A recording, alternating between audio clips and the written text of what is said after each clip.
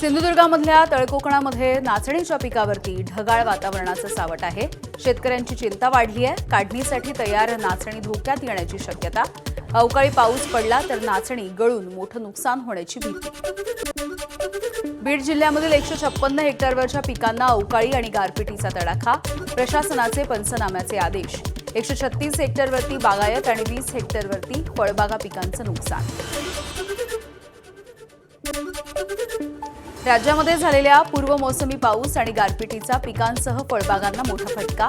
राज्यामधील 51,488 हेक्टर क्षेत्रावरच्या रब्बी पिकांसह फळबागांचं नुकसान, तर सोसाट्याचा वारा आणि वादळामुळे झाडं, घरं आणि पशुधनाच्या गोठ्यांचं नुकसान झालंय। हवामान बदलाचा धाराशिवमधल्या आंबा उत्पादकांना फटका बसलाय। आंबा गळतीमुळे शेतकरी आर्थिक संकटात, तर पंचनामे करून तातडीनं मदत देण्याची शेतकऱ्यांची मागणी। सिंधुदुर्गामध्ये नांदगाव इथे मुंबई गोवा महामार्गावरती उद्या चक्काजाम करणारच शेतकरी नेते राजू शेट्टी यांचा इशारा। शेतकऱ्यांना आंब्यासाठी हेक्टरी 5 लाख आणि काजूसाठी हेक्टरी 3 लाख नुकसान भरपाई देण्याची मागणी। आंबा बागायतदारांना हेक्टरी 5 लाख आणि काजू बागायतदारांना हेक्टरी 2 लाखाची मदत द्या। आमदार भास्कर जाधव यांची मुख्यमंत्री देवेंद्र फडणवीस यांच्याकडे मागणी। खराब हवामानामुळे आंबा आणि काजूच्या बागांचं मोठं नुकसान झालंय। सिंधुदुर्गामध्ये ढगाळ वातावरण, दाट धुकं आणि अचानक वाढणाऱ्या उष्णतेमुळे काजू उत्पादनामध्ये 65 ते 70% घट झाली आहे। तर काजू बागांची साफसफाई, खतं, औषध फवारणी आणि मजुरीचा वाढता खर्च बघता उत्पादन घटल्यामुळे खर्च निघणं कठीण झालंय। गोंदियामध्ये काँग्रेस नेते नाना पटोले यांनी हत्तींच्या कळपानं केलेल्या नुकसानीची पाहणी केली आहे। अर्जुनी मोरगाव तालुक्यामधील शेतकऱ्यांच्या मका, मिरची आणि भाजीपाला पिकांचं हत्तीच्या कळपापासून नुकसान। शेतकऱ्यांना सरसकट नुकसान भरपाई देऊन हत्तींचा बंदोबस्त करण्याची पटोलेंची मागणी। राज्यामध्ये जलजीवन मिशन योजनेचा बोजवारा, आमदार भास्कर जाधव यांचा आरोप। पंतप्रधान नरेंद्र मोदी यांची महत्वाकांक्षी असलेली जलजीवन मिशन योजना राज्यामध्ये फेल। चिपळूणमध्ये पाणी टंचाईचे संकट असल्याची जाधव यांची माहिती। वर्ध्याच्या आष्टी इथल्या कृषी उत्पन्न बाजार समितीचं विभाजन, उपजिल्हा निबंधकांनी मागितल्या सूचना आणि हरकती। कारंजा बाजार समितीनं स्वतंत्र होण्यासाठी प्रयत्न केले होते।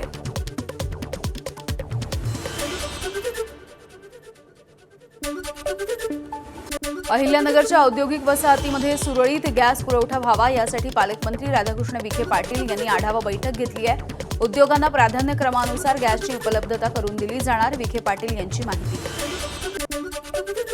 जलपर्यटनासाठीची INS गुलदार निवृत्त युद्धनौका वर्षभरापासून विजयदुर्ग बंदरामध्ये तशीच उभी आहे। समुद्री पर्यटनाचा MTDCचा महत्वाकांक्षी प्रकल्प कागदावर। युद्धनौका समुद्राच्या तळाशी नेऊन अंडर वॉटर म्युझियमचं नियोजन थंड बसत्यात। कोल्हापुरात राजश्री शाहू महाराज यांनी स्थापन केलेली शाहू मिल पुन्हा एकदा सुरू करण्याची मागणी। लवकरच कोल्हापूर जिल्ह्यामधील सर्व लोकप्रतिनिधींची बैठकही घेतली जाणार आहे। मुंबईमध्ये गेल्या 7 दिवसांपासून दीपक बोराडे यांचं धनगर आरक्षणासाठी आमरण उपोषण। धनगड आणि धनगर हे एकच असून धनगर समाजाचा ST प्रवर्गामधून आरक्षण देण्याची मागणी। आरक्षणाचा GR निघत नाही तोपर्यंत आंदोलन सुरू ठेवण्याचा निर्धार। भंडाऱ्यामध्ये सकल OBC समाजाचा मोठा मोर्चा। OBCंसाठी स्वतंत्र कॉलम तयार करून जातनिहाय जनगणना करण्याच्या मागणीसाठी अन्य काही मागण्यांसाठी OBCंचा मोर्चा। नाना पटोले, विजय वडेट्टीवार यांच्यासह सर्व पक्षांचे राजकीय नेते मोर्चामध्ये सहभागी। मुंबईतील पालिका सफाई कामगार उद्या मुख्यमंत्र्यांची भेट घेणार आहेत। मालकी हक्काची घरं मिळावीत ही प्रमुख मागणी आहे। 2008 मध्ये घर देण्याचा शासन निर्णय जाहीर, मात्र आतापर्यंत फक्त 50 जणांना घरं मिळाली आहेत। उष्णतेच्या लाटेचा सामना करण्यासाठी ठाणे महानगरपालिकेचा हिट ॲक्शन प्लॅन। शहरामधील प्रमुख ट्रॅफिक चौकांमध्ये ग्रीन नेट लावण्यात आलंय। सनस्ट्रोकचे प्रकार रोखण्यासाठी सार्वजनिक बांधकाम विभागाचं महत्त्वाचं पाऊल। बीडच्या केज तालुक्यामधील मस्साजोगमधील सरपंच पदाची पोटनिवडणूक जाहीर। 28 एप्रिलला मतदान, तर 29 एप्रिलला निकाल जाहीर होणार आहे। सरपंच पदासाठी संतोष देशमुख यांच्या कुटुंबामधल्या एखाद्या सदस्याला किंवा पत्नीला उमेदवारी मिळण्याची शक्यता आहे। साताऱ्यामध्ये मंत्री शंभूराज देसाई यांना झालेल्या धक्काबुक्कीचा सांगलीमध्ये निषेध। संतप्त शिवसैनिकांनी एकत्रित येत भाजपचा निषेध केलाय। सातारा जिल्हा परिषदेवरती सत्ता स्थापनेच्या वेळेला भाजप आणि शिवसेनेमध्ये वाद झाला। अकोटचे आमदार प्रकाश भारसाकळे यांचे चुलत भाऊ संजय भारसाकळे युवा स्वाभिमान पक्षात, रवी राणा यांच्या उपस्थितीमध्ये त्यांनी प्रवेश केलाय। संजय भारसाकळे यांच्या प्रवेशामुळे दर्यापूरचं राजकीय चित्र बदलण्याची शक्यता आहे. भोंदू अशोक खराच्या प्रकरणामध्ये आयकर विभागाची एंट्री झाली आहे. भोंदू अशोक खराच्या मालमत्तेची आयकर विभाग चौकशी करणार आहे. खराच्या मालमत्ता आणि कोट्यवधींच्या व्यवहारांची तपासणी केली जाईल. कॅप्टन खराच्या प्रकरणी आणखी 3 जणांना एसआयटीने ताब्यात घेतलंय. खराच्या ईशानेश्वर मंदिराचे पुजारी आणि 2 कर्मचारी अशा 3 चौकशीसाठी ताब्यात घेण्यात आलं. कर्मचाऱ्यांकडून खराच्या फार्म हाऊसवरती कोणकोणते कारनामे सुरू होते याचा उलगडा होणार आहे. अशोक खराचं प्रकरण गंभीर, ज्या लोकांचा सहभाग असेल त्यांना सोडणार नाही. चौकशीसाठी अधिकाऱ्यांना योग्य सूचना दिल्या, मुख्यमंत्री फडणवीसांची माहिती.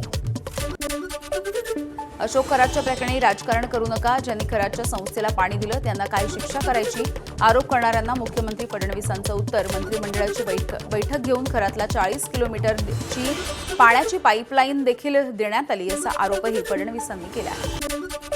रुपाली चाकणकर यांनी अशोक खरातला गुरु मानलं होतं. त्या महिला आयोगाच्या अध्यक्षपदी राहिल्या असत्या तर या प्रकरणाला न्याय मिळाला नसता. त्यामुळे चाकणकरांनी राजीनामा दिल्याची फडणवीसांची माहिती. अशोक खराच्या प्रकरणामध्ये महिला आयोगाच्या अध्यक्षांचा 3च दिवसामध्ये राजीनामा झाला. परंतु सुनेत्रा पवार यांनी रुपाली चाकणकरांची पक्षामधून हकालपट्टी करणं गरजेचं, तृप्ती देसाईंची मागणी. अनेक मंत्री राजकारणी यांचे खरातशी संबंध असल्यामुळे अशोक खरातला संपवण्याचा डाव होऊ शकतो. तृप्ती देसाई यांचा मोठा दावा. मुख्यमंत्र्यांनी डाव उधळून लावण्याची देखील त्यांनी मागणी केली आहे.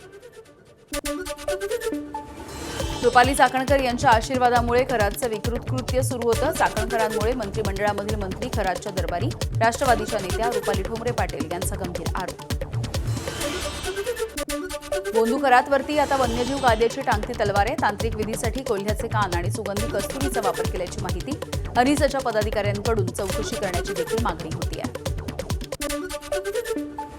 भोंदूबाबाच्या नादाला लागणारे भक्त नेमके कोण आहेत? भोंदूबाबा अशोक खरातवरून अभिनेता अतुल कुलकर्णी यांचे लोकांना सवाल. अंध होण्याला कारण नेमकं कोण? करणारे की होणारे? कुलकर्णी यांच्याकडून प्रश्न उपस्थित.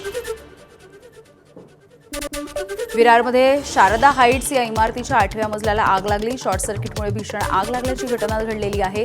3 फ्लॅटचं मोठं नुकसान झालेलं आहे. इमारतीमध्ये अडकलेल्यांची सुखरूपपणे सुटका करण्यात आली. आगीवरती नियंत्रण मिळवण्यात यश आलंय. वाशिमच्या मालेगाव तहसील कार्यालयाच्या धनादेश चोरी प्रकरणाचा उलगडा. महसूल सेवक केशव सरोदे हा चोरीचा मास्टर माइंड निघालाय. धनादेश चोरी करून 5 जणांच्या खात्यामध्ये 5,58,000 त्याने वळवले. गोंदियामधल्या किडंगी पार इथे दारूबंदीसाठी आंदोलन करणाऱ्या 13 जणांवरती गुन्हा दाखल करण्यात आलाय. परवानगी नसताना महामार्ग रोखून धरल्याप्रकरणी कारवाई. प्रशासनाकडून दारूचं दुकान बंद करण्यासाठी सरकारकडे अहवाल.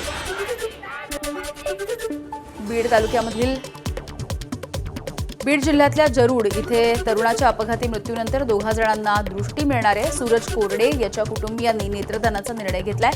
सूरज याच्या डोळ्यांमुळे आता इतर 2 जण हे जग बघू शकतील. परभणीमध्ये शहरामधल्या खानापूर फाट्याजवळ किरकोळ कारणावरून 2 गटामध्ये मारहाण झाली आहे. कार चालकानं स्वतःच्या गटामधील व्यक्तीच्या अंगावरून गाडी घातली. सुदैवानं या तरुणाचा जीव वाचला.